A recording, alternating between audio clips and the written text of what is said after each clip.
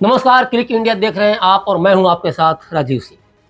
Iran और Israel के बीच हालिया तनाव एक बार फिर से मिडिल ईस्ट के चिथड़े उड़ा रहा है और सबसे बड़ी बात कि इस जंग में अब भारत की भी एंट्री हो गई है। क्या स्टेप उठा रहा है भारत, इस बारे में हम आगे चर्चा करेंगे। लेकिन पूरी दुनिया को ये साफ हो चुका है कि ईरान द्वारा इजराइल पर बैलिस्टिक मिसाइल से हमले के बाद दोनों देशों के बीच तनाव अब घटने की स्थिति में नहीं है। देखा जाए तो यह टेंशन मिडिल ईस्ट में पहले से ही मौजूदा स्थिरता को और बढ़ा रही है, जिसका प्रभाव न केवल इन दोनों देशों पर बल्कि वैश्विक स्तर पर भी महसूस किया जा रहा है। इस तनाव से भारत जैसी बड़ी अर्थव्यवस्था और वैश्विक ताकतों पर भी असर पड़ने की संभावना है, विशेषकर जब वहाँ कई भारतीय काम कर रहे हैं और भारतीय एयरलाइंस के कई महत्वपूर्ण अंतर्राष्ट्रीय रूट्स इस क्षेत्र से गुजरते हैं। वैसे ईरान और इजराइल के बीच तनाव कोई नई बात नहीं है, लेकिन इस बार जिस तरह से ये देश हिंसक हो चुके हैं वो पहले कभी नहीं हुआ। वैसे तो यह दुश्मनी 1979 में ईरानी इस्लामी क्रांति के बाद से लगातार चली आ रही है। उस दौर में ईरान ने इजराइल को शैतान तक कह दिया था। दूसरी बात कि इजराइल ने ईरान के परमाणु कार्यक्रम का भी हमेशा से विरोध किया है और उसके विरोध करने के पीछे तर्क यह था कि अगर ईरान परमाणु हथियार बना लेता है तो उससे मिडिल ईस्ट की स्थिरता को खतरा हो सकता है। इस संघर्ष ने कई मौकों पर सैन्य संघर्ष का रूप लिया है, जिसमें सीरिया और लेबनान जैसे देशों में भी इनके बीच कई बार टकराव हुआ है। तो जिस तरह से ईरान ने इजराइल पर बैलिस्टिक मिसाइल किया, उससे स्थिति काफ़ी हद तक कंट्रोल से बाहर हो गई है और इसका आभास दुनिया को हो भी चुका है। यूएन कह रहा है कि ईरान ने इजराइल पर मिसाइल हमला करके अच्छा नहीं किया। अमेरिका भी इजराइल को अपना पूरा समर्थन दे रहा है। राष्ट्रपति बाइडेन तो इजराइल का पक्ष लेते हुए ईरान को एक तरह से खुली धमकी तक दे चुके हैं कि अगर संघर्ष बढ़ा तो अमेरिका कड़ा कदम उठाएगा। मध्य पूर्व के देशों और यूरोपीय देशों ने भी कहा है कि संयम से काम लो। तो ये साफ है कि इन देशों को पता है कि अगर जंग के हालात और बढ़े तो वे उससे बचकर नहीं रह सकते और इसीलिए फिलहाल कोई भी देश सीधे तौर पर हस्तक्षेप नहीं कर रहा, क्योंकि उसे पता है उसका हस्तक्षेप सिर्फ उसी तक सीमित नहीं रह जाएगा।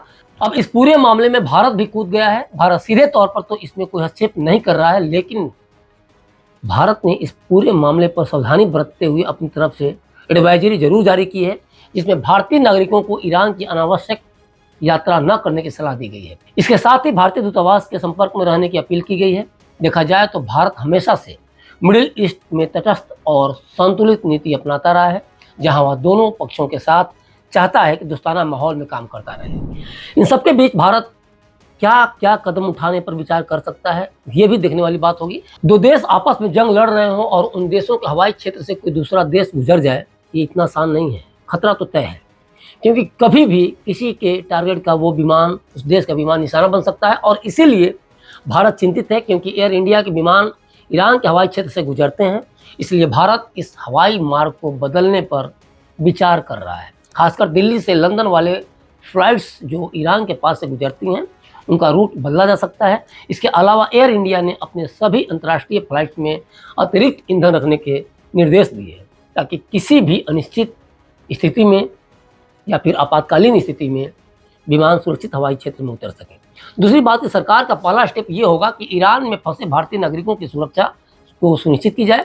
भारतीय दूतावास सक्रिय रूप से स्थिति की निगरानी करेगा और आवश्यक होने पर निकासी अभियान भी, मतलब कि वहाँ से लोगों को निकालने का अभियान भी चलाया सकता है। इसके अलावा जो भारतीय नागरिक वहाँ रह रहे हैं उन्हें सतर्क रहने और स्थानीय दूतावास से नियमित संपर्क में रहने की सलाह दी गई है। एक और खास बात भारत को चिंता में डाल रही है और वो ये कि अगर ईरान और इजराइल के बीच संघर्ष और बढ़ता है तो भारत को वैकल्पिक ऊर्जा स्रोतों की तलाश करनी पड़ सकती है और इस कंडीशन में भारत रूस, अमेरिका या अफ्रीका से तेल आयात को बढ़ा सकता है, क्योंकि मिडिल ईस्ट में युद्ध की स्थिति भारत की ऊर्जा सुरक्षा को भी प्रभावित करेगी, ये तो तय है। और इसीलिए भारत सतर्कता पहले से बरत रहा है। और सबसे खास बात कि जिस तरह से इजराइल को मोदी सरकार का सपोर्ट मिल रहा है, जिस तरह से पीएम मोदी आतंकवाद को नहीं बर्दाश्त करने की अपनी नीति पर अडिग रहे हैं और इस मैसेज को इजराइल के सपोर्ट में देखा जा रहा है, तो ये साफ है कि भारत ईरान से संबंध तो बेहतर रखने की कोशिश करेगा, लेकिन वो इतना ज़रूर चाहेगा कि इजराइल के साथ उसके पहले से चले आ रहे बेहतर संबंध और अधिक मजबूत और बेहतर हों। कुल मिलाकर भारत को इस समय बहुत सतर्क रहने की ज़रूरत है, क्योंकि अगर संबंध ईरान से खराब हो या इजराइल से, मतलब कि चाहे किसी भी देश से खराब हो तो सिर्फ वो एक देश से संबंध खराब नहीं होगा, बल्कि उसको सपोर्ट कर रहे दूसरे देशों से भी संबंध खराब हो जाएगा। तो आपकी इस पूरे खबर पर क्या प्रतिक्रिया है?